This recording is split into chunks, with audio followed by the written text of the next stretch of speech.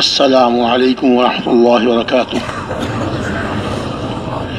الحمد للہ نحمده ونستعینه ونستغفره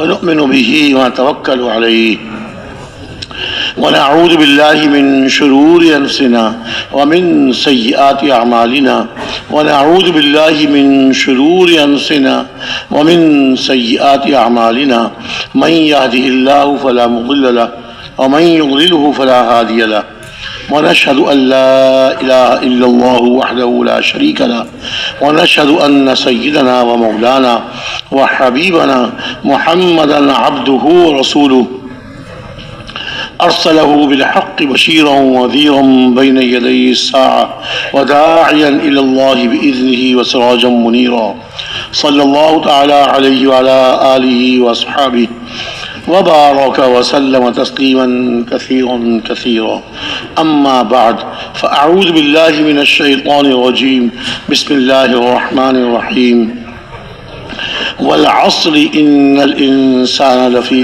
خسر إلا الذين آمنوا وعملوا الصالحات وتواصوا بالحق وتواصوا بالصبر وقال عز وجل قل هذه سبيلي أدعو إلى الله على بصيرة أنا ومن اتبعني وسبحان الله ما أنا من المشركين وقال عز وجل ومن أحسن قولا ممن دعا إلى الله وعمل صالحا وقال إنني من المسلمين صدق الله العظيم وقال عليه الصلاة والسلام بلغوا عني ولو آية فقال فليبلغ الشاهد الغائب فقال عليه الصلاة والسلام لا يؤمن أحدكم حتى يحب لأخيه ما يحب لنفسه فقال عليه الصلاة والسلام لا يؤمن أحدكم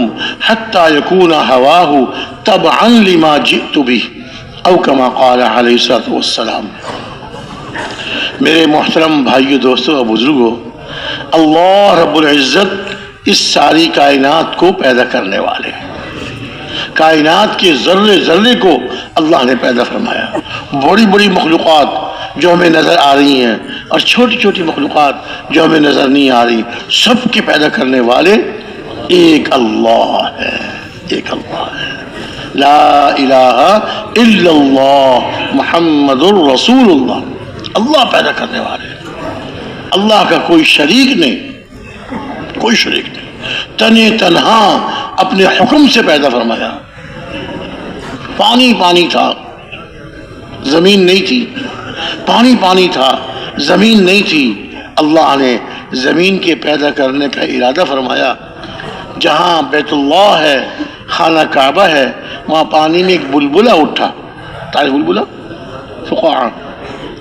ایک بلبلہ اٹھا اور وہ بلبلہ اللہ کے حکم سے زمین بنتا چلا گیا، ساری زمین بن گئی اللہ کے ایک حکم سے، اللہ کے ایک حکم سے۔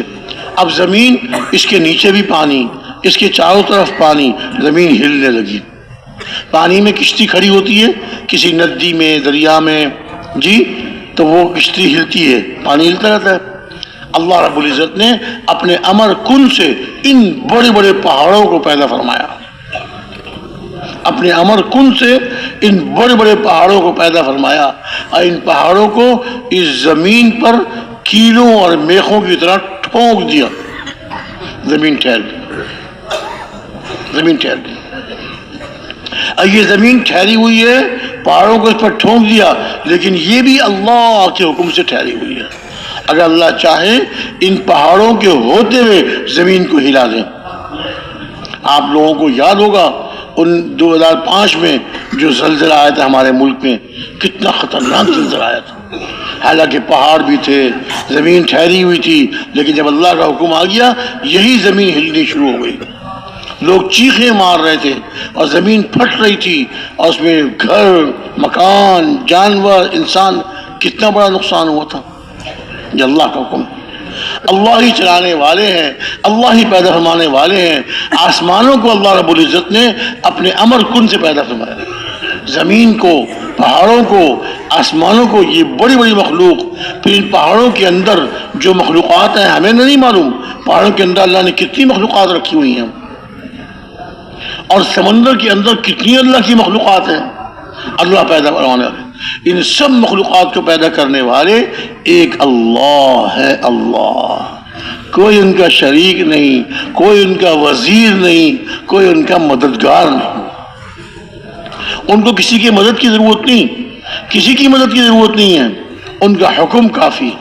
اللہ کے ایک ایک حکم میں، اللہ کے ایک حکم میں اتنی بڑی بڑی طاقت ہے کہ اللہ کے حکم سے یہ سارے آسمان بن گئے، اور اللہ کے حکم سے یہ بڑے بڑے آسمان جو ساری دنیا میں کھڑا ہوا ہے آسمان، نہ کوئی ستون نہ کوئی دیوار، اللہ کے حکم کن سے کھڑا ہوا ہے.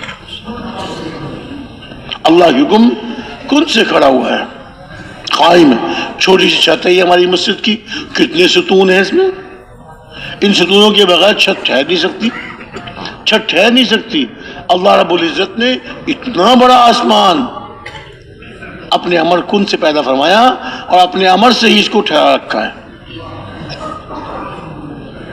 اپنے امر کن سے اس کو ٹھہرایا ہوا ہے. دنیا میں جہاں کہیں چلے جائیں گے آپ کو یہ آسمان نظر آئے گا، یہ آسمان کے ستارے نظر آئیں گے، یہ سورج نظر آئے گا، یہ چاند نظر آئے گا. یہ ساری مخلوقات اللہ کے حکم سے پیدا ہوئی ہے، اور اللہ کے حکم سے سارا نظام چل رہا ہے. ایک اللہ کے حکم سے یہ سارا نظام چل رہا ہے. سورج ہر روز نکلتا ہے اور غروب ہوتا ہے. چاند مہینے کے شروع میں بہت باریک ہوتا ہے، پھر موٹا ہوتا چلا جاتا ہے، بڑا ہوتا چلا جاتا ہے، اور پھر آخر میں پھر باریک ہوتا چلا جاتا ہے، آخر میں غروب ہو جاتا ہے. سورج غروب نہیں ہوتا، سورج پتلا نہیں ہوتا، سورج باریک نہیں ہوتا. اللہ نے اتنی بڑی مخلوق بنائی، ہر روز صبح کو طلوع ہوتا ہے، شام کو غروب ہو جاتا ہے. چاند باریک ہوتا ہے، پھر موٹا ہوتا چلا جاتا ہے. والشمس تجری لمستقر لها ذلك تقدیر العزیز العلیم. سورج اپنے مستقر پہ چلتا ہے، اپنے راستے پہ چلتا ہے. کون نکالتا ہے اس کو؟ ایک اللہ نکالتا ہے. کون اس کو غروب کرتا ہے؟ ایک اللہ اس کو غروب کرتا ہے. والقمر قدرناہ منازل، اور چاند کے اللہ نے منزلیں بنائی ہیں، ایک منزل میں، دوسری منزل میں، تیسری منزل میں. اللہ کی قدرت. چاند اپنے منزلوں سے ادھر ادھر نہیں ہو سکتا، سورج اپنے مستقر سے ایک ذرہ بھی ادھر سے ادھر نہیں ہو سکتا. کہنے والے کہتے ہیں، تحقیق کرنے والے کہتے ہیں، اگر تھوڑا سا بھی ادھر ہو جائے تو نظام دنیا کا نظام درم برم ہو جائے. اللہ نے ایک نظام بنایا ہے. آج ہم دیکھتے ہیں یہ جہاز، ہوائی جہاز لوگوں نے بنائے، انسانوں نے بنائے، اور یہ اپنے ایک رخ پہ چلتے ہیں، اس سے ادھر ادھر نہیں ہوتے. پتہ نہیں اس آسمان میں کتنے جہاز اڑ رہے ہیں. ہر جہاز کا اپنا ایک رخ ہوتا ہے، اس رخ پہ چلتا ہے، اس سے ادھر ادھر نہیں ہوتا. دکھانے والوں نے دکھایا کہ جب وہ اس کو اپنے اس میں موبائلوں میں جو چیزیں ہوتی ہیں اس میں کھولا تو چیلوں کی طرح جہاز آسمان میں چل رہے ہوتے ہیں. کوئی ادھر جا رہا ہے، کوئی ادھر جا رہا ہے، کوئی ادھر جا رہا ہے، کوئی ادھر سے ادھر نہیں ہو سکتا. یہ تو انسانوں کی بنائی ہوئی چیزیں ہیں. اللہ رب العزت نے یہ بڑی بڑی مخلوقات بنائی ہیں، اور ان سب کے لیے اللہ نے راستے مقرر فرمائے ہوئے ہیں. سورج اپنے راستے پہ چل رہا ہے ہر روز. آج جتنے بج کے جتنے منٹ پہ نکل رہا ہے یا نکل چکا، 1 سال پہلے آج کی تاریخ میں اسی وقت نکلا. 2 سال پہلے، 5 سال پہلے، 10 سال پہلے، 100 سال پہلے آج کی تاریخ میں سورج اتنے بج کے اتنے منٹ پہ ہی نکلا تھا، اور آئندہ بھی اتنے بج کے اتنے منٹ پہ نکلے گا. یہ سب اللہ کا حکم ہے.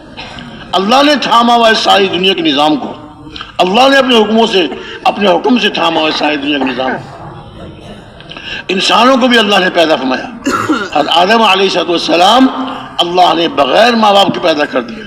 مٹی کا پتلا بنایا، مٹی کا پتلا اللہ کے حکم سے بنا، اس میں اللہ نے روح پھونک دی، حضرت آدم علیہ السلام زندہ ہو گئے.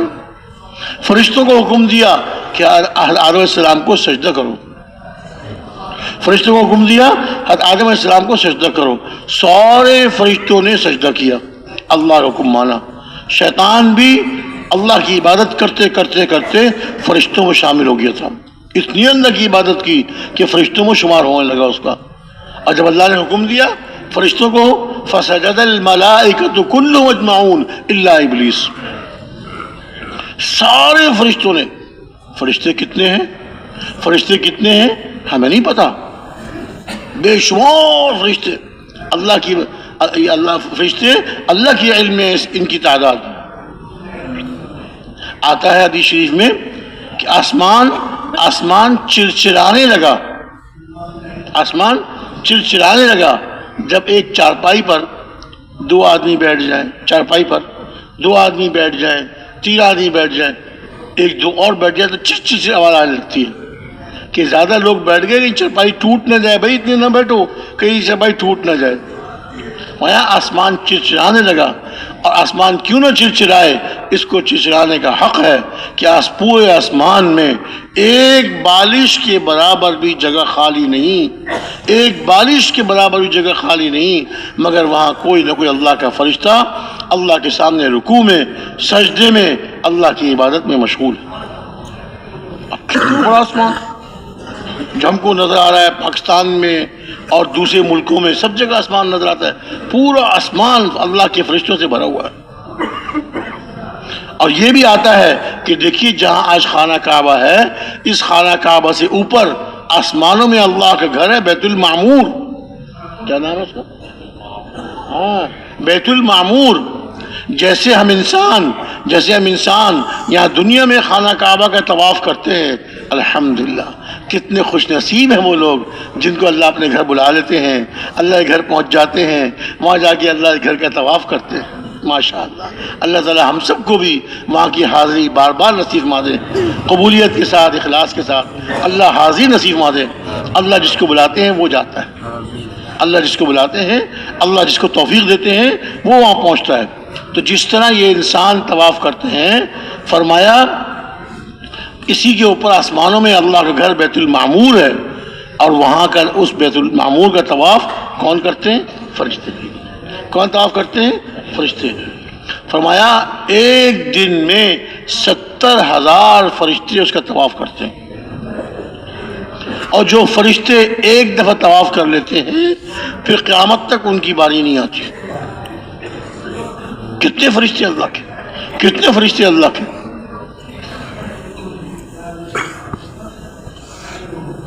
ان سب فرشتوں کو پیدا کرنے والے، ان کو چلانے والے اور ان کو رکھنے والے اللہ رب العزت.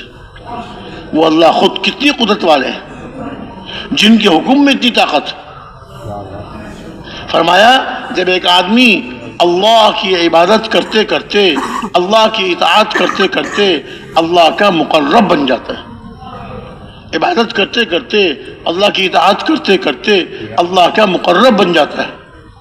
اور اس امت کے لیے تو سب سے زیادہ قرب کا ذریعہ، اللہ کے قرب کا ذریعہ وہ حضور اکرم صلی اللہ علیہ وسلم کی دعوت والی محنت ہے. اس محنت کو کرتے ہیں جیسے اللہ رب العزت کے پیارے رسول صلی اللہ علیہ وسلم اور آپ کے صحابہ اللہ کے مقرب بن گئے. محنت کرتے کرتے اور اپنے عمل کرتے کرتے اللہ کے مقرب بن گئے. یہ بہت آسان اور قریبی راستہ ہے اللہ کے مقرب بننے کا. آج ہم اس کی حقیقت کو ہم سمجھ نہیں رہے. آج اس مبارک محنت پر اللہ پاک کیا عطا فرماتے ہیں اس کو ہم سمجھ نہیں رہے. اللہ نے بہت عظیم کام عطا فرمایا ہے، بہت عظیم کام عطا فرمایا ہے. اور اس کام کے ساتھ اللہ کی مددیں ہیں، بے انتہا مدد ہے. آج امت نے اس کام کو چھوڑ دیا. جو کرنے والے ہیں وہ جیسے کرنا چاہیے ویسے نہیں کر رہے، جو نہیں کر رہے وہ تو نہیں کر رہے، اور جو کرنے والے ہیں وہ ویسے نہیں کر رہے جیسے کرنا چاہیے. جیسے اس مبارک محنت کے کرنے کا حق ہے، جیسے اس مبارک محنت کے کرنے کا حق ہے ویسی محنت نہیں کر رہے. تو اللہ کی مددیں بھی نہیں آ رہی. اللہ کی مددیں اس کام کے ساتھ یقینی ہے. تو جب بندہ دعوت دیتے دیتے اس مبارک محنت کو کرتے کرتے اور اعمال کرتے کرتے اللہ کا مقرب بن جاتا ہے، اللہ اس کو اپنا مقرب بنا لیتے ہیں، اللہ تعالیٰ اس سے محبت کرنے لگتے ہیں، اللہ تعالیٰ اس سے محبت کرنے لگتے ہیں۔ اللہ تعالیٰ حضرت جبریل علیہ السلام کو بلاتے ہیں، اے جبریل میرا فلاں بندہ، اس کا نام لے کر، میرا فلاں بندہ جو فلاں کا بیٹا ہے، میں اس سے محبت کرتا ہوں، تم بھی اس سے محبت کرو۔ اللہ اللہ رب العزت سبحانہ و تعالی جل شانہ و جل جلالہ، عظیم شان ہے اللہ کی، اپنے فرشتے حضرت جبریل علیہ السلام کو بلا کر ارشاد فرماتے ہیں فلاں آدمی جو فلاں کا بیٹا ہے میں اس سے محبت کرتا ہوں، تم بھی اس سے محبت کرو۔ حضرت جبریل علیہ السلام اس سے محبت کرتے ہیں۔ پھر حضرت جبریل علیہ السلام اللہ کے حکم سے، حضرت جبریل علیہ السلام اللہ کے حکم سے 7ویں آسمان کے فرشتوں میں، اب کتنے فرشتے ہیں میں نے عرض کیا نا، آسمان بھرا ہوا ہے اللہ کے فرشتوں سے، کتنا بڑا آسمان ہے، آسمان بھرا ہوا ہے، اتنا بھرا ہوا فرشتوں سے کہ آسمان چرچرانے لگتا ہے۔ اللہ تعالیٰ کے حکم سے 7ویں آسمان کے فرشتوں میں حضرت جبریل علیہ السلام اعلان فرماتے ہیں کہ اللہ رب العزت فلاں بندہ اپنے فلاں بندے سے جو فلاں کا بیٹا ہے اس سے محبت کرتے ہیں، تم بھی اس سے محبت کرو۔ 7ویں آسمان کے سارے فرشتے اس اللہ کے ایک بندے سے محبت کرنے لگتے ہیں۔ کتنی بڑی سعادت، کتنی بڑی کرامت اللہ کی طرف سے اس بندے کے لیے۔ پھر 6ٹھے آسمان میں اعلان ہوتا ہے اللہ کے حکم سے، 5ویں آسمان میں، 4تھے آسمان میں، تیسرے، دوسرے آسمان دنیا، ان سب آسمانوں میں اعلان ہوتا ہے، اور وہاں کے سب فرشتے اس ایک اللہ کے بندے سے جس سے اللہ محبت کرتے ہیں، سارے فرشتے اس سے محبت کرتے ہیں۔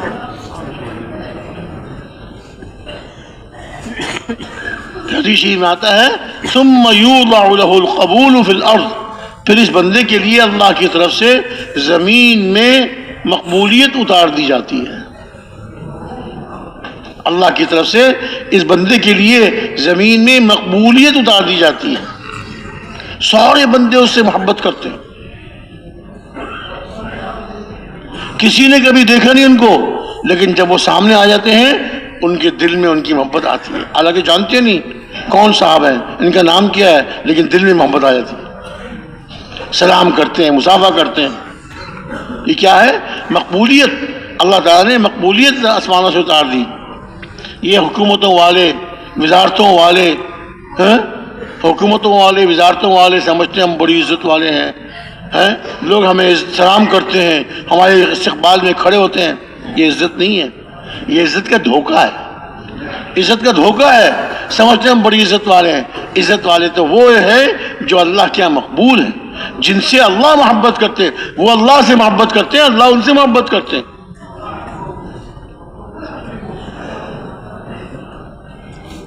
اللہ ان سے محبت کرتے ہیں اور ان کی زمین میں مقبولیت اتار دی جاتی ہے۔ ثم یوضع له القبول فی الارض، ان کی مقبولیت زمین میں اتار دی جاتی ہے۔ ریل سے اترتے ہیں، لوگ کھڑے ہوتے ہیں، حضرت میری گاڑی، میری کار، میری گاڑی، میری کار، اس میں تشریف رکھیں، برکت ہو جائے گی۔ یہ عزت، یہ مقبولیت اللہ کے سے، یہ مقبولیت ہے۔ حالانکہ انسان کے استعمال کرنے سے چیز کی قیمت کم ہو جاتی ہے، انسان کے استعمال کرنے سے چیز کی قیمت کم ہو جاتی ہے۔ نیا جوڑا بازار سے خریدا، اس کو پہن کر شادی میں گیا، آ کے اتار دیا، کوئی ذرا بھی نشان نہیں پڑا، کوئی اس میں تبدیلی نہیں آئی۔ اب دکاندار کو جا کے واپس کر رہا ہے، دکاندار کہتا ہے اب میں واپس نہیں کروں گا، آپ نے استعمال کر لیا، اب یہ پرانا ہو گیا۔ ارے بھائی پرانا کہاں سے ہو گیا، ویسے کا ویسے ہی ہے، ویسے کا ویسے ہی ہے، کیا پرانا پن اس میں آیا؟ نہیں جی اب واپس نہیں ہو سکتا۔ بہت اصرار کیا، اچھا جی اب اگر آپ اتنے اصرار کرتے ہیں تو اس کی قیمت کم ہوگی، قیمت کم ہوگی۔ مثال کے طور پر 2000 روپے کا خریدا، کہتا جی 500 روپے میں لوں گا میں۔ بھائی کیا خرابی آ گئی اس کے اندر؟ 2000 کا دیا تھا، 500 میں لے رہے واپس؟ نہیں جی اتنے کا ہی ہوگا، میں تو لینے کے لیے تیار نہیں ہوں، لیکن آپ شریف آدمی اتنے اصرار کر رہے ہیں اس لیے آپ کو 500 روپے دے دیتا ہوں اس کے۔ انسان کے استعمال سے تو چیز کی قیمت کم ہو جاتی ہے۔ کار نکالی، کار کی شو روم سے, دکان سے, وہاں سے لے کر 3 کلومیٹر پہ گھر تھا, وہاں لے کر آیا. گھر والوں نے کہا یہ کار اچھی نہیں, واپس کر دو. پسند نہیں آئی گھر والوں کو, بچوں کو پسند نہیں آئی, واپس لے کر گئے, جس کو واپس کر لو. کہتا جی اب تو اس کی قیمت کم ہو گئی. بھائی 3 کلومیٹر چلائی ہے میں نے, کوئی اس میں فرق نہیں پڑا, کوئی اس میں نقصان نہیں ہوا, کچھ بھی ہو جی اب نہیں ہو سکتی ہے قیمت کا. تو انسان کے استعمال سے تو چیز کی قیمت کم ہو جاتی ہے, لیکن وہ انسان جو اللہ کا مقبول بندہ ہے اس کے استعمال سے لوگ سمجھتے ہیں اس میں برکت آ گئی. حضرت آپ فلاں جگہ تشریف لے آ رہے ہیں, راستے میں میرا کارخانہ پڑتا ہے, 5 منٹ کے لیے میرے کارخانے میں اتر جائیے, 1 پیالی چائے پی لیجئے, میرے کارخانے میں کیا ہوگا, کیا ہوگا بھائی, برکت آ جائے. یہ کیا ہے, یہ اللہ کی طرف سے مقبولیت. لوگ ان کی زیارت کرنے کے لیے, ان سے مصافحہ کرنے کے لیے لوگ کھڑے ہوتے ہیں. ہمارے حضرت شیخ الحدیث مولانا محمد زکریا صاحب رحمۃ اللہ علیہ بڑے اونچے بزرگ تھے, حدیث پاک پڑھایا کرتے تھے. شیخ الحدیث ان کا لقب تھا. پاکستان تشریف لاتے تھے, کراچی میں مکی مسجد میں عصر کے بعد ان کو نماز کی, فرض نماز کے بعد تخت پر بٹھا دیا کرتے تھے. خود ٹانگوں چلنے سے آخر معذور ہو گئے تھے تو ان کو تخت پہ بٹھا دیا کرتے تھے. اب لوگوں کی لمبی قطار, اور اس میں علماء بھی ہیں, مشائخ بھی ہیں, بڑے بڑے لوگ ہیں, دنیا کے اعتبار سے یہ بڑے بڑے, صرف ایک مسافر کے لیے. یہ کیا ہے, اللہ کی طرف سے مقبولیت. اور لوگ تو ان سے مصافحہ کر رہے ہیں, اور لمبی لین ہے, عصر سے مغرب تک مصافحہ ہوتا رہتا تھا. لیکن وہ خود حضرت شیخ رحمۃ اللہ علیہ, ہمارے بزرگ حضرت مولانا محمد اسحاق اللہ صاحب مدثر العالی, اللہ تعالیٰ ان کو پوری صحت عطا فرمائے, ہمارے بڑے ہیں, بزرگ ہیں. فرماتے ہیں مجھ سے حضرت شیخ نے فرمایا, ارے احسان پتہ ہے میں کیا پڑھتا ہوں جب لوگ مجھ سے مصافحہ کرتے ہیں؟ کہ مجھے تو پتہ نہیں.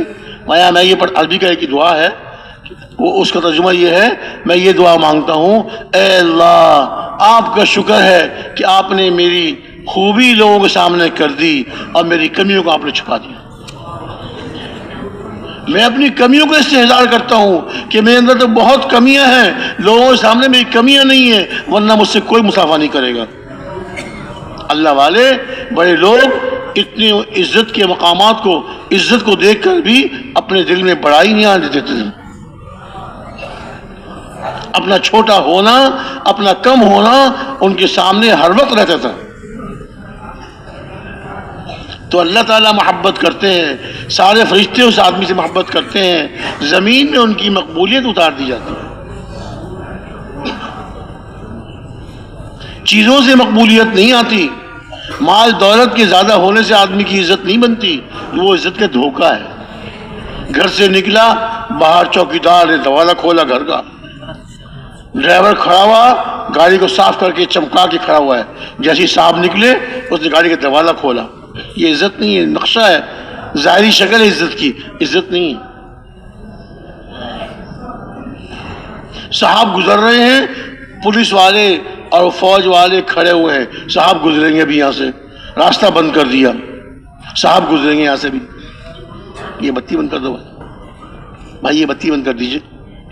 تو اب 1 گھنٹہ, آدھا گھنٹہ دھوپ میں, گرمی میں کھڑے رہتے ہیں.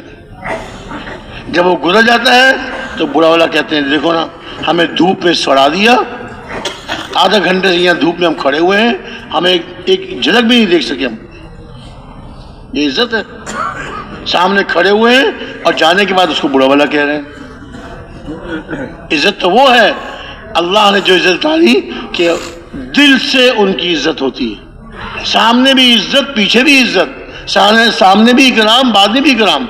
تو میرے بھائی دوستو بزرگوں, پیدا کرنے والے اللہ رب العزت ہیں, اور اس ساری کائنات کو, کائنات کے ذرے ذرے کو چلانے والے بھی ایک اللہ ہے. انسانوں کو اللہ چلا رہے ہیں, جانوروں کو اللہ چلا رہے ہیں, ساری مخلوقات کو اللہ چلا رہے ہیں, ایک اللہ چلا رہے ہیں.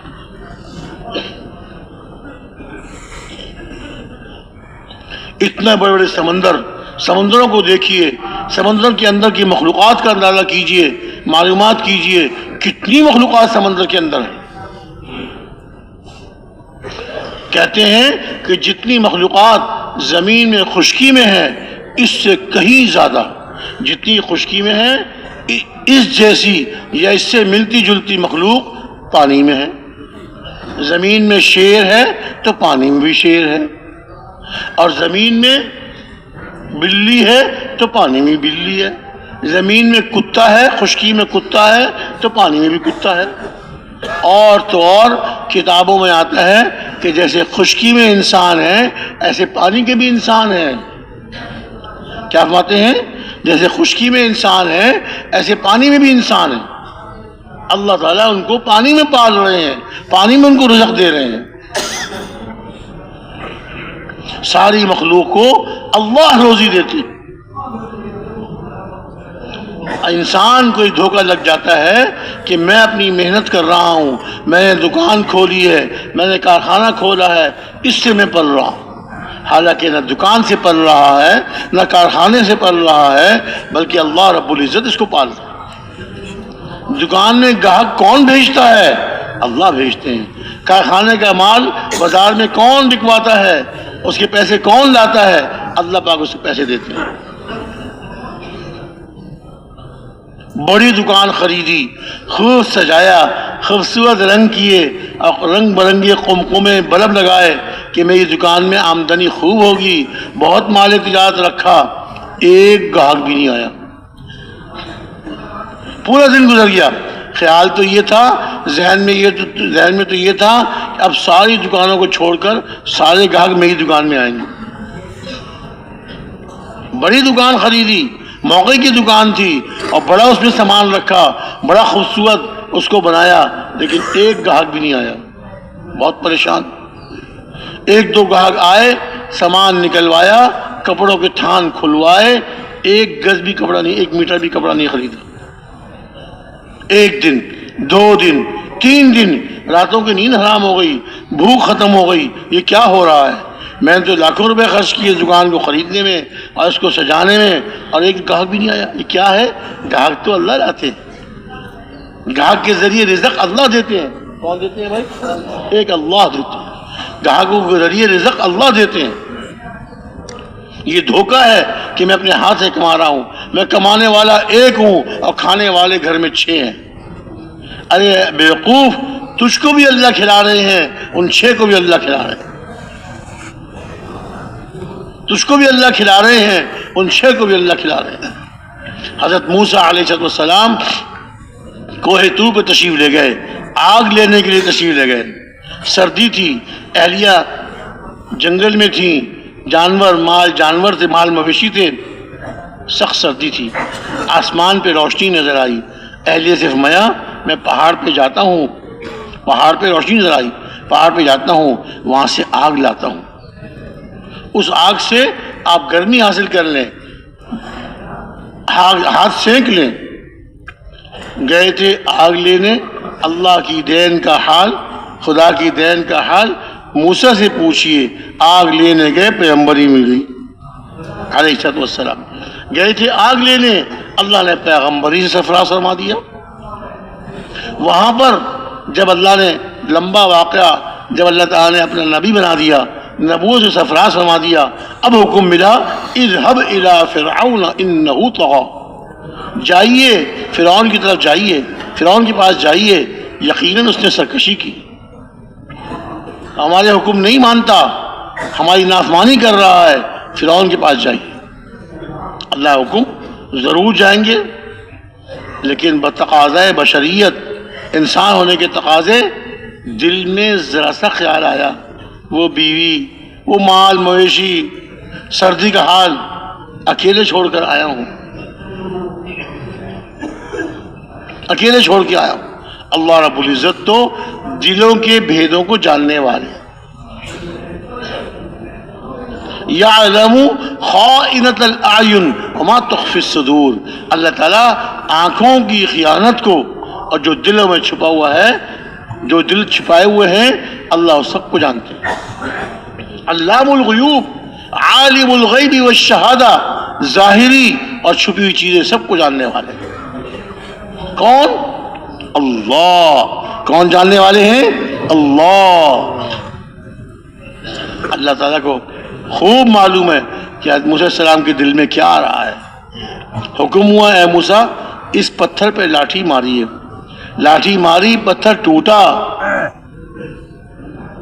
اس کے اندر سے ایک اور پتھر نکلا، اس پہ لاٹھی ماری ہے، اس پہ لاٹھی ماری، ایک اور پتھر نکلا، تیسرا پتھر، پتھر کے اندر سے پتھر، پھر پتھر کے اندر سے پتھر، تیسرا پتھر، اور پھر حکم اس پہ لاٹھی ماری ہے۔ جب اس تیسرے پتھر پہ لاٹھی ماری اور پتھر ٹوٹا، اس کے اندر سے ایک ننا منا کیڑا، تیسرے پتھر کے اندر سے ایک ننا منا کیڑا جس کے منہ میں سبز پتا تھا، وہ اس کو کھا رہا تھا، اللہ کی تسبیح بیان کر رہا تھا، پاک ہے وہ ذات، پاک ہے وہ ذات جس نے مجھ کو ان پتھروں کے اندر یاد رکھا اور مجھ کو بلایا نہیں۔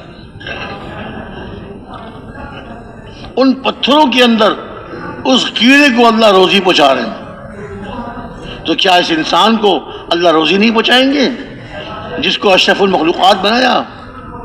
ضرور پہنچائیں گے، اور پہنچاتے ہیں، ضرور پہنچائیں گے اور پہنچاتے ہیں۔ جو اس کی مانتا ہے اس کو بھی روزی دیتے ہیں، اور جو اس کی نہیں مانتا اس کو بھی روزی دیتے ہیں۔ جو اس کا فرمانبردار ہے، مطیع ہے، اس کو بھی روزی دے رہے ہیں، اور جو اس کے نافرمان ہے، مشرک ہے، کافر ہے، اللہ کے ساتھ شرک کر رہا ہے، اس کو بھی اللہ روزی دیتے ہیں۔ سب کو اللہ پال رہے ہیں، سب کو اللہ روزی دے رہے ہیں۔ فضائل صدقات میں ایک واقعہ لکھا ہے نا کہ ایک ڈاکو تھا، اس کی ایک جماعت تھی، ڈاکوؤں کی جماعت، ان کا سردار تھا، یہ لوگوں کو لوٹتے تھے، ان کا سامان لوٹ لیا، پیسے چھین لیے۔ ایک دفعہ ڈاکوؤں نے قافلے پہ حملہ کیا اور ان کے مال لوٹ لیے، ان کا سامان چھین لیا، اور چھین کر آگے ایک ویرانے میں جنگل میں جا کر ٹھہر گئے، اور سردار ایک درخت کے نیچے لیٹ گیا، ڈاکوؤں کا سردار ایک درخت کے نیچے لیٹ گیا۔ اب لیٹے لیٹے کیا دیکھ رہا ہے کہ سامنے کھجور کے دو درخت، سامنے کھجور کے دو درخت، ایک درخت پہ خوب کھجوریں لگی ہوئی ہیں اور دوسرا درخت بالکل جلا ہوا، اس پہ نہ پتے ہیں نہ اس پہ پھل لگا ہوا ہے۔ ڈاکو نے کیا دیکھا؟ ایک چڑیا، چھوٹا سا پرندہ، ایک چڑیا کھجور والے درخت پہ آتی ہے، کھجور لیتی ہے، اور دوسرا درخت جو جلا ہوا جس پہ کوئی پتے نہیں، جس پہ جو ہے کوئی پھل نہیں، وہاں جاتی ہے۔ کہاں لے جاتی ہے کھجور؟ اس کو نہیں پتا، ڈاکوؤں کے اس سردار کو نہیں پتا۔ پھر دوبارہ آتی ہے، وہاں سے کھجور لیتی ہے اور اس گنجے درخت پر جاتی ہے۔ 13 دفعہ اس نے دیکھا، بہت حیران ہوا، چڑیا چھوٹا سا پرندہ ہے، اول تو کھجور کھاتی نہیں، وہ تو دانا دونگا کھاتی ہے، دانا دونگا کھاتی ہے، پھر یہ کھجور کہاں لے کے جا رہی ہے؟ 13 دفعہ آتی ہے کھجور لے کے جاتی ہے، آتی ہے کھجور لے کے جاتی ہے۔ جستجو ہوئی اس گنجے درخت پہ اوپر چڑھا، اس گنجے درخت پر چڑھا، اوپر جا کر کیا دیکھتا ہے؟ ایک اندھا سانپ، ایک سانپ جو اندھا ہو گیا وہ اس درخت پہ بیٹھا ہوا ہے اور منہ کھول کے بیٹھا ہوا ہے۔ یہ چڑیا اس درخت سے کھجور لاتی ہے اور اس کے منہ میں ڈال دیتی ہے۔ پھل والے درخت سے چڑیا کھجور لاتی ہے اور اس اندھے سانپ کے منہ میں ڈال دیتی ہے۔ اس ڈاکو کے دل میں، ڈاکوؤں کے سردار کے دل میں ایک چوٹ لگی، اے اللہ، یہ سانپ جن کے مارنے کا آپ کے پیارے رسول صلی اللہ علیہ وسلم نے حکم دیا کہ ان سانپ اور بچھو کو قتل کرو، ان کو مار دو، اقتلوا الاسودین الحی والاقرب، جنس کے مارنے کا آپ کے پیارے رسول صلی اللہ علیہ وسلم نے حکم دیا۔ اب یہ سانپ جب اندھا ہو گیا آپ نے اس کی روزی پر ایک چڑیا کو مقرر فرما دیا۔ اے اللہ، اس اندھے سانپ کو آپ اس طرح روزی دے رہے ہیں، اور میں آپ کا بندہ ہوں، انسان ہوں، اور میں لوگوں کے مال لوٹنے پہ لگا دیا مجھے آپ نے۔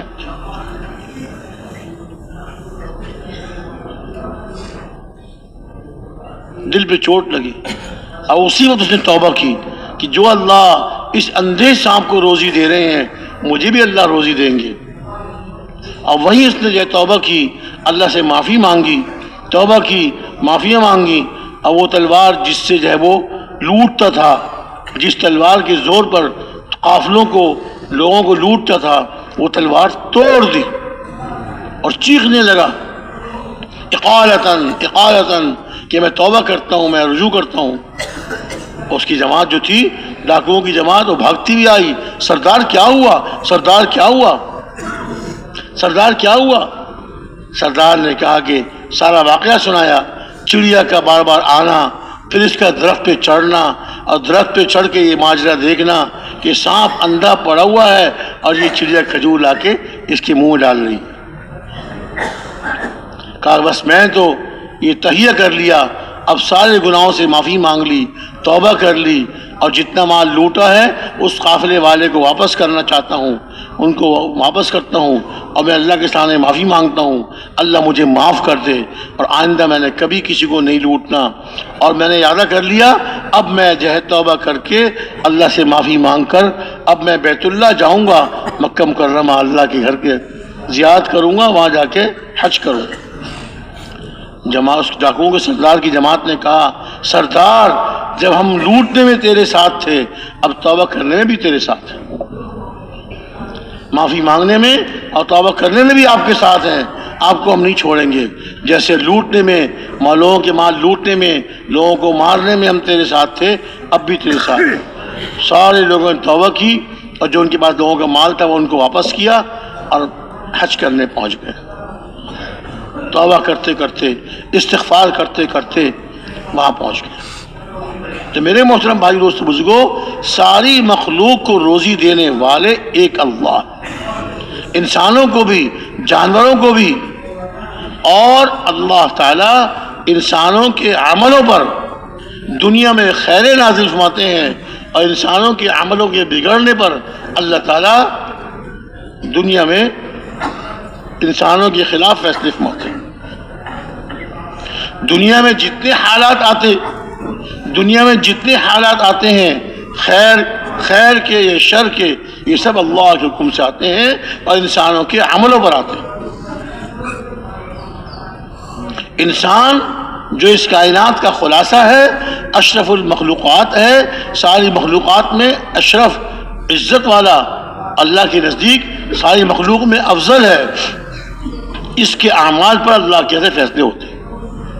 اعمال اوپر جاتے ہیں، الیہ یصعد الکلم الطیب والعمل الصالح یرفع، کلمہ طیبہ، عمدہ کلمہ اللہ کی طرف چڑھتا ہے، اور جو نیک عمل ہے وہ اللہ کی طرف بلند ہوتے ہیں۔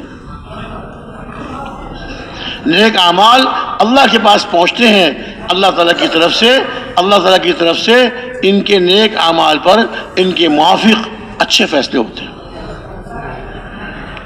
اللہ تعالیٰ اپنے عذابوں کو روک لیتے ہیں، اپنی مصیبتوں کو روک لیتے ہیں، اور اللہ تعالیٰ اچھے حالات پیدا فرماتے ہیں۔ جب ہمارے پیارے نبی صلی اللہ علیہ وسلم دنیا میں تشریف لائے، دنیا اللہ کی نافرمانیوں سے بھری ہوئی تھی، ظلمت سے، گناہوں کے اندھیروں سے دنیا اٹھی پڑی تھی۔ لوگ اللہ کو نہیں جانتے تھے، اللہ کے شریک بنائے ہوئے تھے۔ خانہ کعبہ میں، بیت اللہ میں 360 بت رکھے ہوئے تھے، 360 بت رکھے ہوئے تھے جن کی پوجا پاٹ کرتے تھے، اور کہتے تھے یہ بت ہم کو روزی دیتا، نعوذ باللہ، یہ بت ہم کو روزی دیتا ہے، یہ خدا نعوذ باللہ یہ ہم کو ہماری حفاظت کرتا ہے، سفر میں جائیں، سفر میں یہ بت حفاظت کرتا ہے۔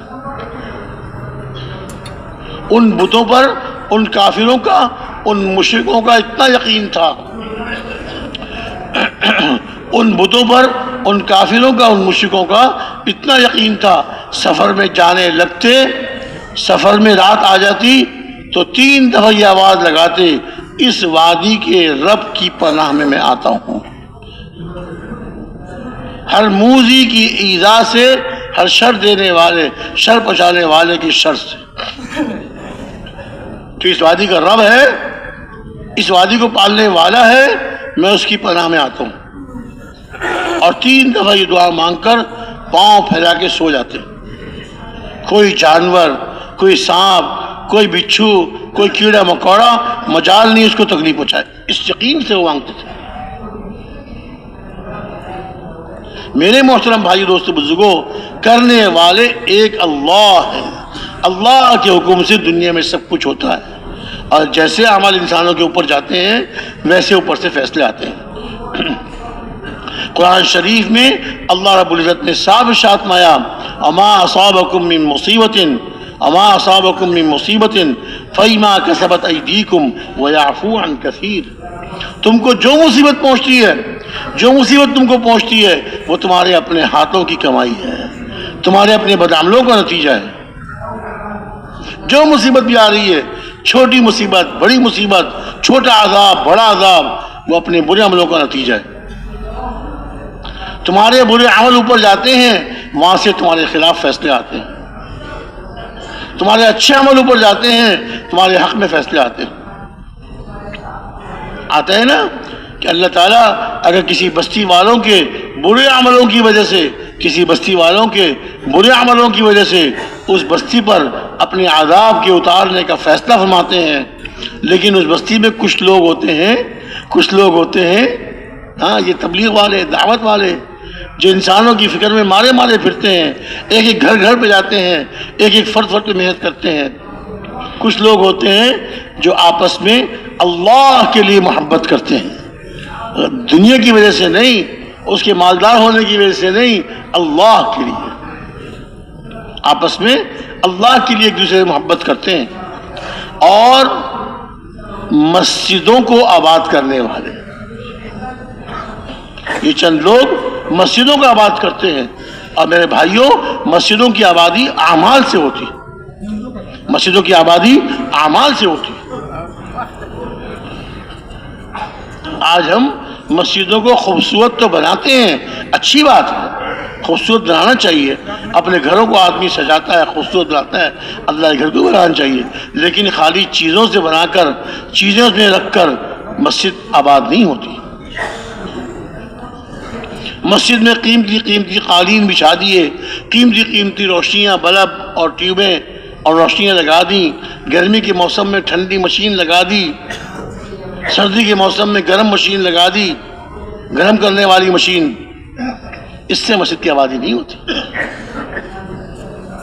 ہمارے پیارے نبی صلی اللہ علیہ وسلم کی مسجد نبوی آپ کے زمانے میں چیزوں سے خالی تھی، چیزوں سے خالی تھی، لیکن اعمال سے آباد تھی۔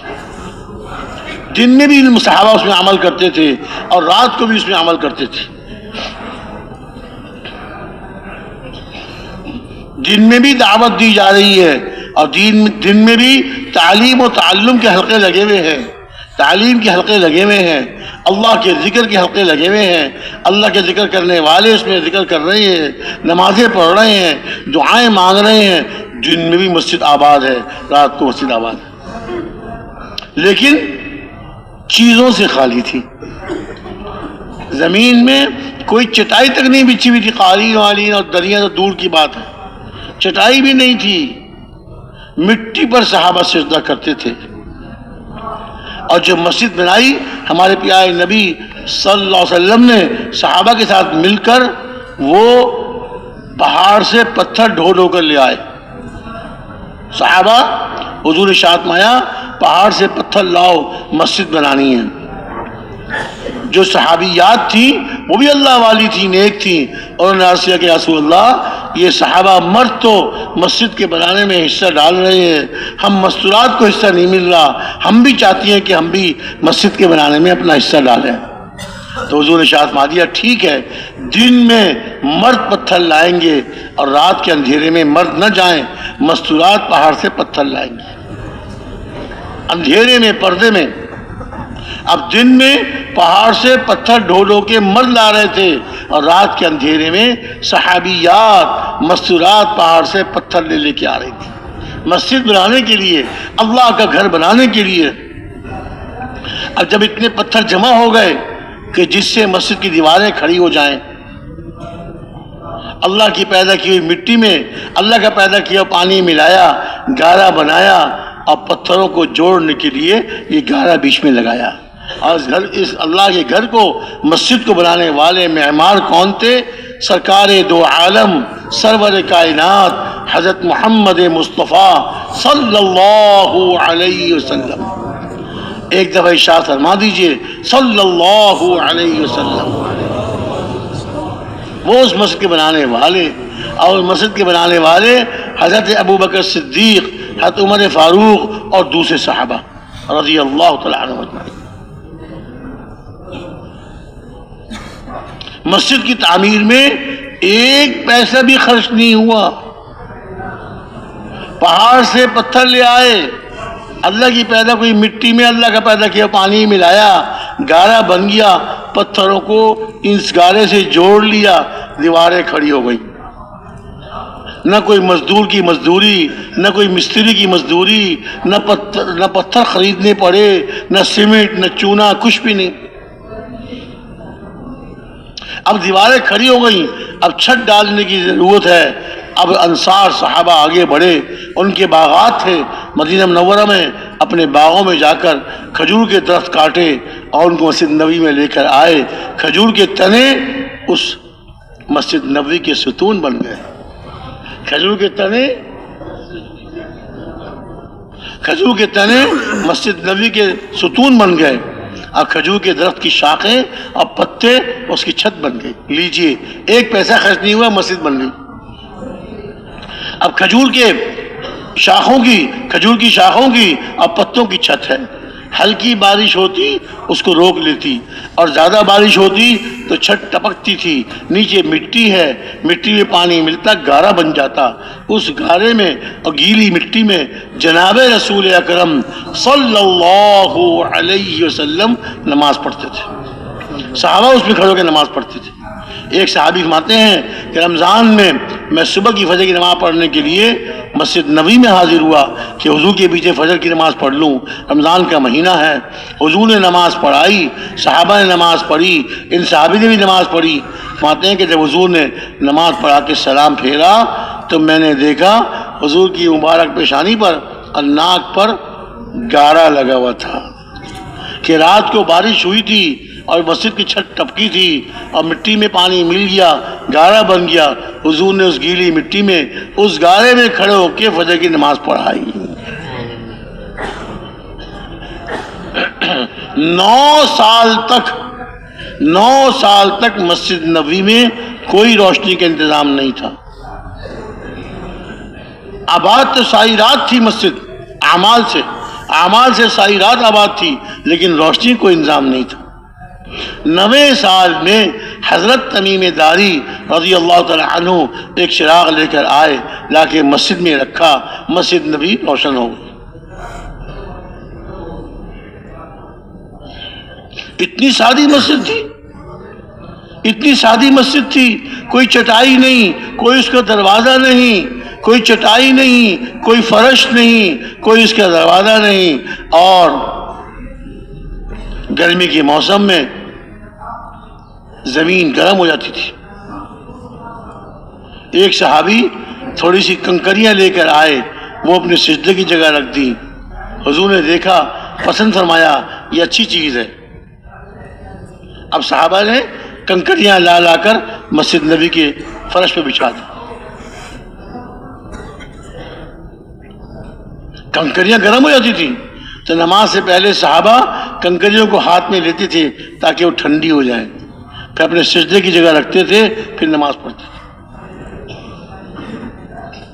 ہماری مسجدیں چیزوں سے بھری ہوئی ہوتی ہیں، اعمال سے خالی ہوتی ہیں۔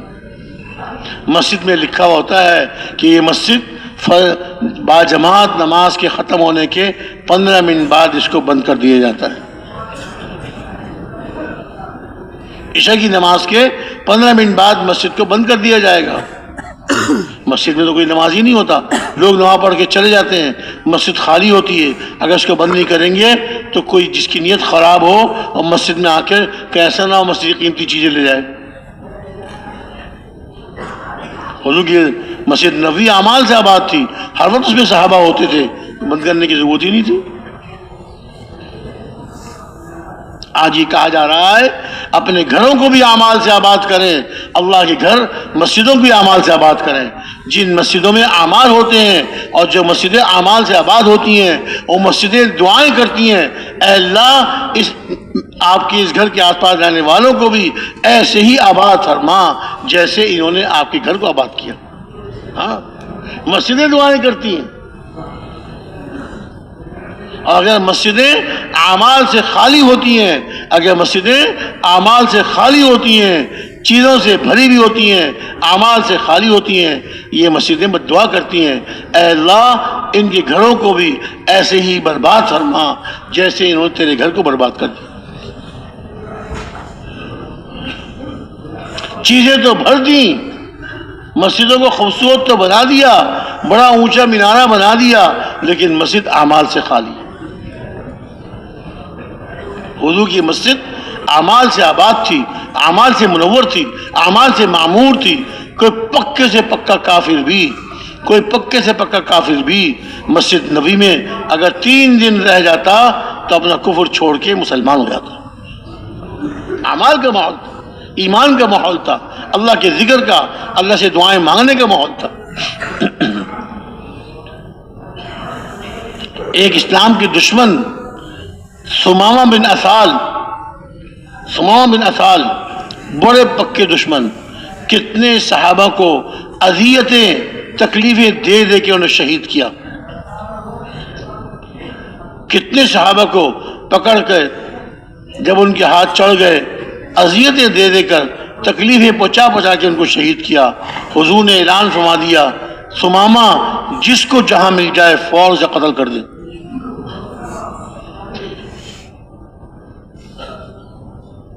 صحابہ رضی اللہ تعالی عنہم اجمعین مدینہ منورہ کا پہرا دے رہے ہیں، مدینہ منورہ کا پہرا دے رہے ہیں. رات کا وقت ہے، باقی صحابہ گھروں میں سو رہے ہیں، کچھ مسجد میں اعمال کر رہے ہیں، حضور اپنے گھر میں آرام فرما رہے ہیں. جو پہرا دے رہے تھے چکر لگا رہے تھے مسجد مدینہ منورہ کا، انہوں نے ایک آدمی کو جاتے ہوئے دیکھا. یہ آدمی کون ہے؟ کوئی جاسوس تو نہیں، کوئی اللہ کا اللہ کے رسول کے دشمن تو نہیں؟ پکڑ لیا، گرفتار کر لیا اور پکڑ کر لا کے مسجد نبوی کے ستونوں میں سے ایک ستون ساتھ باندھ دیا. ہم تو جانتے نہیں کون ہیں. صبح کو ہمارے پیارے نبی صلی اللہ علیہ وسلم تشریف لائیں گے، آپ فیصلہ فرمائیں گے اس آدمی کے بارے میں. صحابہ پہچانتے نہیں تھے کون ہے. صبح کو جب حضور اکرم صلی اللہ علیہ وسلم تشریف لائے، دیکھا ایک آدمی کو ستون سے باندھا ہوا ہے. ارے بھائی یہ آدمی کون ہے؟ یا رسول اللہ ہم رات کو پہرا دے رہے تھے، یہ مدینہ منورہ کے پاس سے گزر رہا تھا، ہمیں شک پڑا، ہم نے گرفتار کر کے پکڑ کے یہاں لا کے باندھ دیا. حضور جب قریب پہنچے آپ نے ارشاد فرمایا ارے یہ تو ثمامہ ہے، یہ تو ثمامہ ہے، اللہ کا دشمن، اللہ کے نبی کے دشمن. اچھا اب اس کو پکڑ لیا ہے، مسجد میں باندھ دیا ہے، بندہ رہنے دو. اور ثمامہ جو اللہ کا اللہ کے رسول کا دشمن، اس کے بارے میں آپ کے اخلاق کتنے اونچے. ارشاد فرمایا صبح اور شام کو، صبح کو اور شام کو میری اونٹنیوں کا دودھ لا کے ثمامہ کو پلایا کرو. کیا اخلاق تھے آپ کے. جس کے قتل کا آپ نے حکم دیا ہوا تھا اس دشمن کو آپ مارے ہیں، اس کو کسی اور کہیں اور سے دودھ مت لاؤ، میری اونٹنیوں کا دودھ لا کے اس کو پلاؤ. حضور پاس سے گزرے، اے ثمامہ کیا بات ہے، کیا حال ہے، کیا چاہتے ہو؟ ماذا بکا یا ثمامہ، کیا چاہتے ہو؟ ثمامہ نے جواب دیا، 3 باتیں کہیں.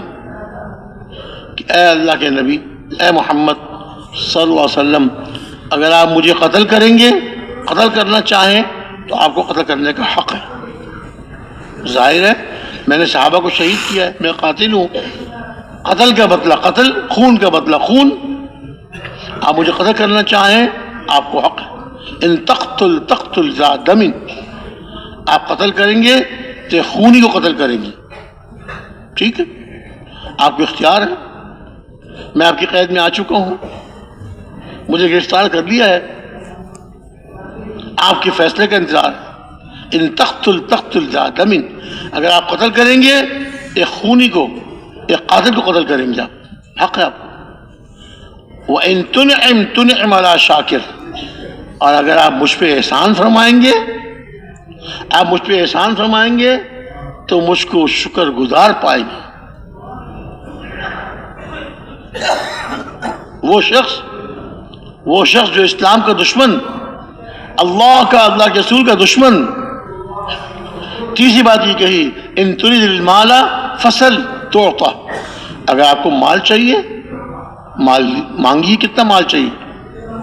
اپنے قبیلے کے سردار تھے، مال بہت تھا ان کے پاس، مانگیے کتنا مال چاہیے، آپ کو مل جائے گا۔ حضور خاموش، آگے بڑھ گئے اور بندے ہوئے۔ ایک دن، دوسرے دن آپ تشریف لائے، پھر پوچھا ماذا بک یا ثمامہ، اے ثمامہ کیا حال ہے تمہارا؟ ان کا وہی جواب، ان کا کل والا جواب، ان تقتل ذا دم وان تنعم علی شاکر وان تريد المال فسل تعطى۔ حضور نے ان کا جواب سنا، آگے بڑھ گئے اور ان کو ضروریات انسانی بشری ضروریات کے لیے کھولا جاتا، صحابی ان کو لے جاتے، بشری ضرورت پوری کرتے، پھر لا کے فون باندھ دیتے، کھانے کے لیے حضور کی اونٹنیوں کا دودھ صبح شام ان کو پلایا جاتا۔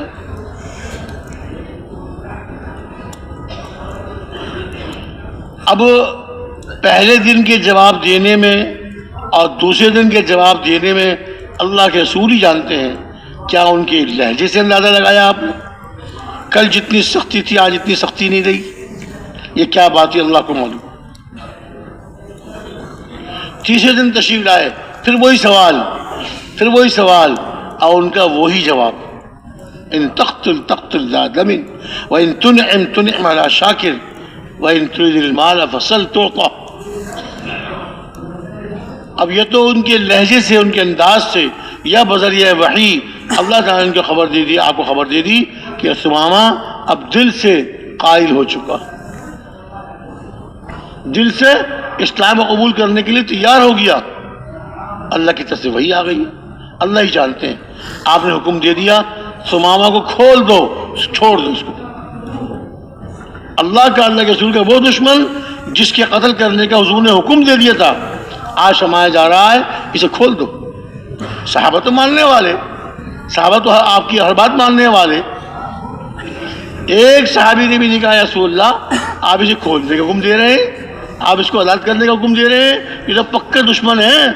نہیں، بس حضور کا حکم سر آنکھوں پر، صحابہ نے کھول دیا، آزاد کر دیا۔ مسجد نبوی سے نکلے، مسجد نبوی کے قریب کے باغ میں گئے، وہاں جا کر کنویں پہ جا کے غسل کیا، پاک صاف ہوئے، اپنے جسم سے گندگی کو صاف کیا، صاف ستھرے کپڑے پہنے، واپس مسجد میں نبوی میں آئے اور کلمہ پڑھ کر اشہد ان لا الہ الا اللہ واشہد ان محمد رسول، کلمہ پڑھ کے مسلمان ہو۔ 3 دن پکے سے پکا کافر، صحابہ کا قاتل، اب وہ رہ نہیں سکتا اسلام قبول کیے ہوئے، ایمان لائے بغیر رہ نہیں سکتا، وہ ایسا ماحول تھا۔ آج یہ ہم سے چاہا جا رہا ہے، ہم سے کہا جا رہا ہے اپنی اپنی مسجدوں میں، اپنی مسجدوں کو اعمال سے آباد کریں، اپنے گھروں کو اعمال سے آباد کریں۔ وہ گھر جن میں اعمال ہوتے ہیں، تعلیم کا حلقہ ہوتا ہے، اللہ کا ذکر ہوتا ہے، تعلیم و تعلم کا حلقہ لگتا ہے اور نمازیں پڑھی جاتی ہیں، نوافل پڑھے جاتے ہیں، قرآن پاک کی تلاوت کی جاتی ہے، وہ گھر آسمان والوں کے لیے ایسے چمکتے ہیں جیسے زمین والوں کے لیے آسمان کے ستارے۔ زمین والوں کے لیے آسمان کے ستارے، یہ گھر جن میں اعمال ہو رہے ہیں یہ آسمان والوں کے لیے ایسے چمکتے ہیں۔ تو اللہ تعالیٰ کی طرف سے خیریں، برکتیں اور رحمتیں، اللہ کی مددیں اترتی ہیں جب مسلمانوں کے اعمال اچھے ہو جاتے ہیں، مسلمان نیک عمل کرنے والے بن جاتے ہیں اور اللہ کے دین کو زندہ کرنے کی محنت کرنے والے بن جاتے ہیں۔ دعوت والی محنت جو اللہ نے اس امت کے ذمہ لگائی ہے، اس کو اپنی ذمہ داری سمجھ کر کرنے والے بن جاتے ہیں۔ ان کے گھر بھی اعمال کے نور سے منور ہوتے ہیں، ان کی مسجدیں بھی اعمال سے آباد ہوتی ہیں۔ ہمارے بڑے یہ چاہ رہے ہیں اپنی مسجدوں کو اعمال سے آباد کریں، اپنے گھروں کو اعمال سے آباد کریں، تو ان مسجدوں پر، ان گھروں پہ اللہ کی رحمتیں، برکتیں نازل ہوتی ہیں۔ ان گھروں میں رہنے والوں پر اللہ کی طرف سے سکینہ اور رحمت اور برکت نازل ہوتی ہے، اور اللہ تعالیٰ کی طرف سے ان کے کاموں میں مدد ہوتی ہے، دشمنوں کے خلاف ان کی مدد کی جاتی ہے۔ تو فرمایا کہ جس بستی پہ اللہ تعالیٰ عذاب بھیجنے کا فیصلہ فرماتے ہیں، لیکن اس میں کچھ لوگ ایسے ہوتے ہیں جو آپس میں اللہ کے لیے ایک دوسرے سے محبت کرنے والے اور مسجدوں کو آباد کرنے والے، اور تیسری چیز کیا، آخر شب میں اٹھ کر، تہجد میں اٹھ کے اللہ کے سامنے استغفار کرنے والے، توبہ کرنے والے، اللہ کے سامنے رونے والے، اپنے گناہوں کی معافی اور ساری امت کی طرف سے استغفار، ہاں خالی اپنے لیے نہیں، پوری امت کی طرف سے استغفار، اللہم اغفر لی وللمؤمنین والمؤمنات والمسلمین والمسلمات، اے اللہ مجھ کو ہی بخش دیجئے اور سارے ایمان والے مردوں کو اور ساری ایمان والی عورتوں کو اور سارے مسلمان مردوں کو اور ساری مسلمان عورتوں کو، سب کو بخش دیجئے۔ آخر شب میں اٹھ کر اللہ کے سامنے رونے والے، توبہ استغفار کرنے والے، یہ تین عمل کرنے والے کچھ لوگ ہوتے ہیں، اللہ تعالیٰ اس بستی پر سے اپنے عذابوں کا فیصلہ اٹھا لیتا ہے۔ چند لوگوں کی وجہ سے پوری بستی اللہ کے عذاب سے بچ جاتی ہے۔ جیسے عمل اوپر جاتے ہیں ویسے اوپر سے فیصلے آتے ہیں۔ یہ دین کی محنت کرنے والے، دعوت کی محنت کرنے والے، آپس میں ایک دوسرے اللہ کی محبت کرنے والے، گھر گھر جا کر، در پہ جا کے، ایک ایک فرد پہ جا کے محنت کرتے ہیں، فرد پہ محنت کرتے ہیں، ان کو اللہ کی طرف بلاتے ہیں، مسجد کی طرف دعوت دیتے ہیں اور ان کو مسجد والا بناتے ہیں، اللہ والا بناتے ہیں۔ ان لوگوں کی برکت سے، ان کے اعمال اور ان کی محنتوں کی برکت سے اللہ تعالیٰ پوری بستی پر سے عذاب کو اٹھا لیتے ہیں۔ اس بستی والوں کے برے اعمال کی وجہ سے، ان کے برے کرتوتوں کی وجہ سے اللہ تعالیٰ ان پہ عذاب بھیجنے کا فیصلہ فرماتے ہیں، لیکن ان چند لوگوں کی وجہ سے، ان کے اعمال کرنے کی وجہ سے اللہ عذاب کو اٹھا لیتے ہیں۔ تو میرے بھائی دوستو بزرگو، اللہ تعالیٰ سب کچھ کرنے والے ہیں، اپنے یقین کو بنانا ہے، اپنے ایمان کو بنانا ہے، اللہ کے ہاتھ میں سب کچھ ہے، جو کچھ ہوتا ہے اللہ کے حکم سے ہوتا ہے، جو کچھ ہوتا ہے اللہ کے حکم سے ہوتا ہے، اور جو نہیں ہوتا وہ اللہ کے حکم سے نہیں ہوتا۔ ساری مخلوق اللہ کے حکم سے کرتی ہے، اور ساری کی ساری مخلوق اللہ کے حکم کے بغیر کچھ نہیں کر سکتی۔ ساری کی ساری مخلوق اللہ کے حکم کے بغیر کچھ نہیں کر سکتی۔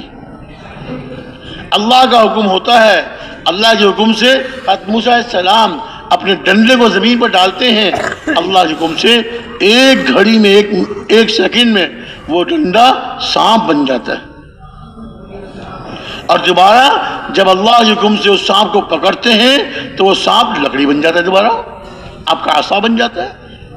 اللہ کے حکم سے ایک منٹ سے پہلے وہ اژدہا، سانپ، ڈنڈا وہ اژدہا بن جاتا ہے، اور اللہ کے حکم سے اژدہے کو پکڑتے ہیں تو ڈنڈا بن جاتا ہے۔ جو کچھ دنیا میں ہو رہا ہے اللہ کے حکم سے ہو رہا ہے، اور جو نہیں ہو رہا وہ اللہ کے حکم سے نہیں ہو رہا۔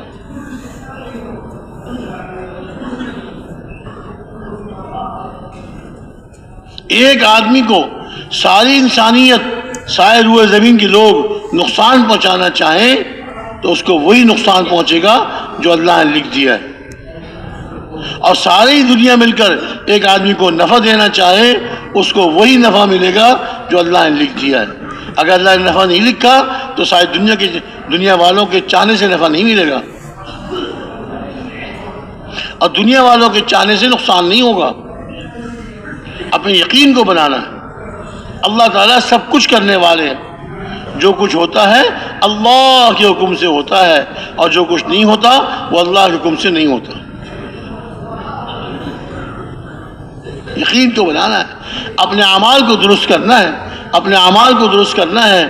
جتنے میرے اعمال درست ہوتے چلے جائیں گے اتنی زمین میں خیریں، اللہ کی طرف سے بھلائیاں زمین میں اترتی چلی جائیں گی.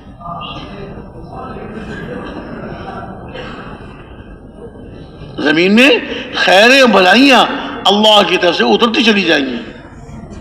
میرے بھائی دوستو بزرگوں، ہم نے اپنے عملوں کو بنانا ہے، اللہ کے حکموں کو دیکھنا ہے، اللہ کے ایک ایک حکم کو پورا کرنا ہے، اور پیارے نبی صلی اللہ علیہ وسلم کی مبارک زندگی کے مطابق اپنی زندگی کو بنانا ہے. آپ کی ایک ایک سنت پہ عمل کرنا ہے. آپ کی ایک ایک سنت پہ عمل کرنا ہے. اللہ کا ایک ایک حکم ساتوں زمین ساتوں آسمان سے زیادہ قیمتی. ہمارے پیارے نبی صلی اللہ علیہ وسلم کی ایک ایک سنت، آپ کا ایک ایک مبارک طریقہ ساتوں آسمان ساتوں زمین سے قیمتی ہے. اللہ کے حکموں کو پورا کرنا ہے اور پیارے نبی صلی اللہ علیہ وسلم کی سنتیں اور آپ کے طریقوں کے مطابق اپنی زندگی کو لانا ہے. خود بھی اس پر آنا ہے، خود بھی اس پر آنا ہے اور ساری دنیا کو اس پر لانا ہے. اللہ تعالیٰ حالات کو بدل دیں گے، بگڑے ہوئے حالات کو اللہ سدھار دیں گے. صحابہ کے حالات بہت بگڑے ہوئے تھے، بہت بگڑے ہوئے تھے.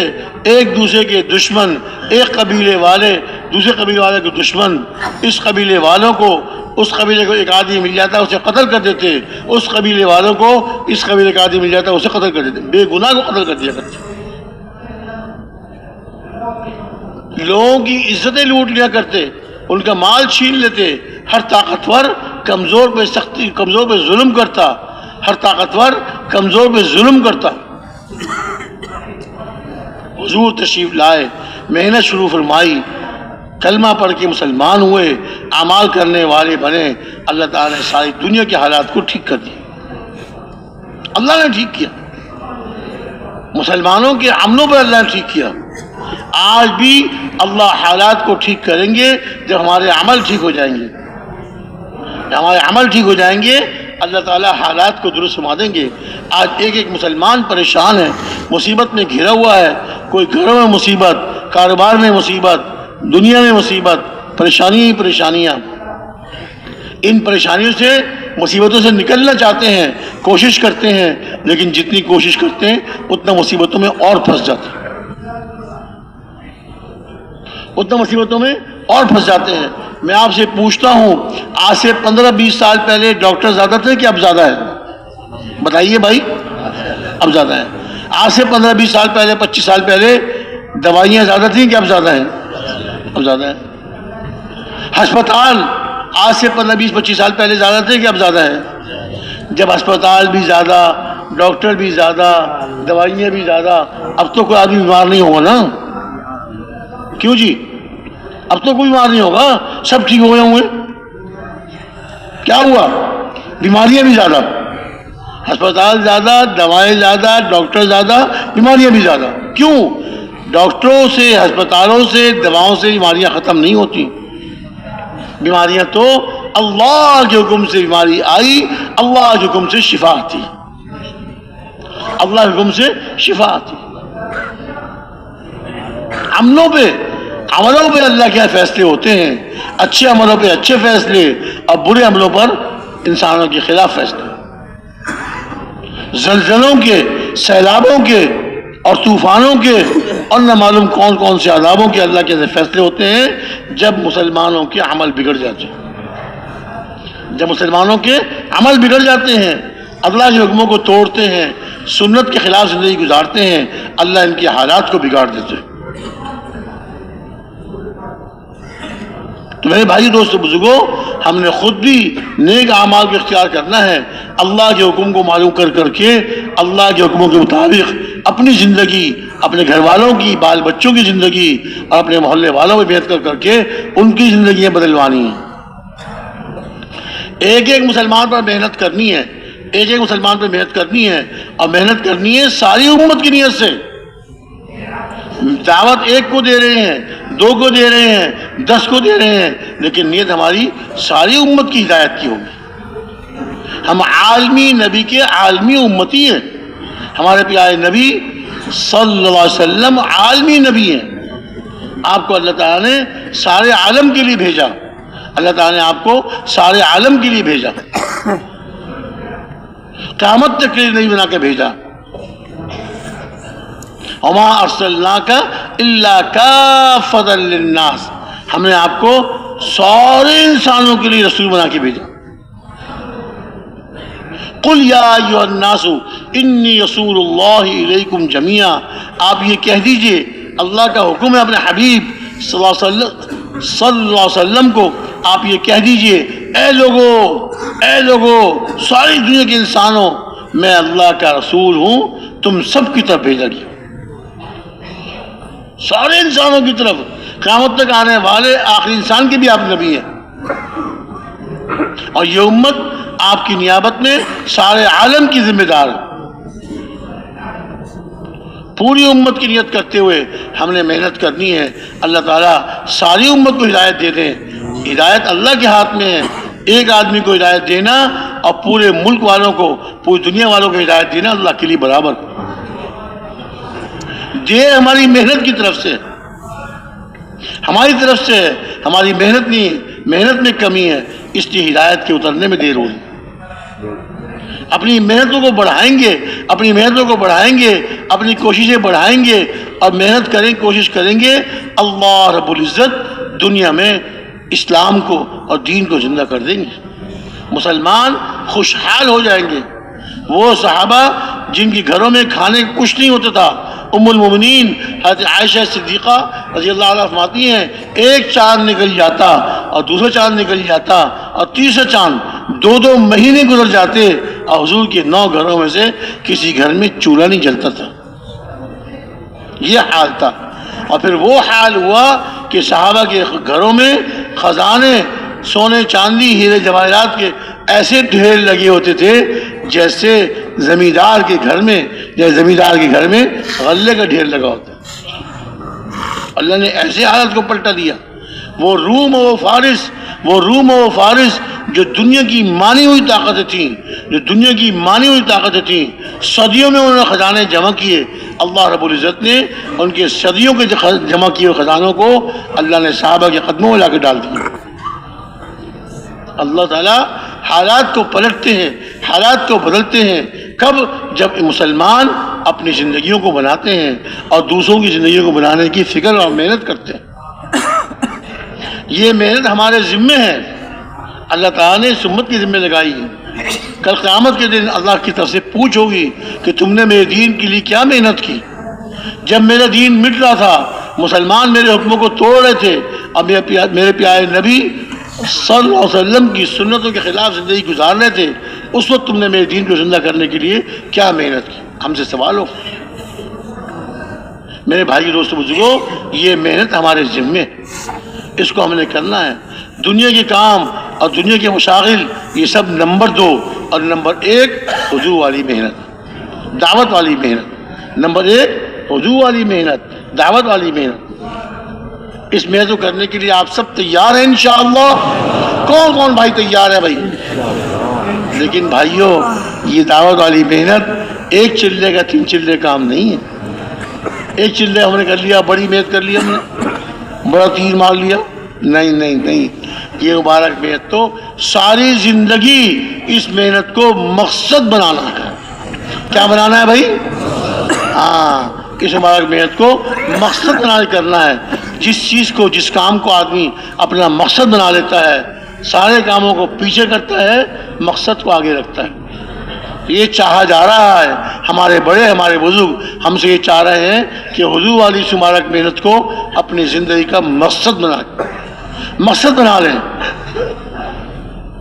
اپنی ضرورتیں، گھر بار کی ضرورتیں، کاروبار کی ضرورتیں، جب اگر کبھی مقابلہ آ گیا، ایک طرف دین کا تقاضا اور ایک طرف دنیا کا تقاضا، دنیا کے تقاضے کو پیچھے کریں گے اور دین کو، دین کی محنت کے تقاضوں کو مقدم کریں گے۔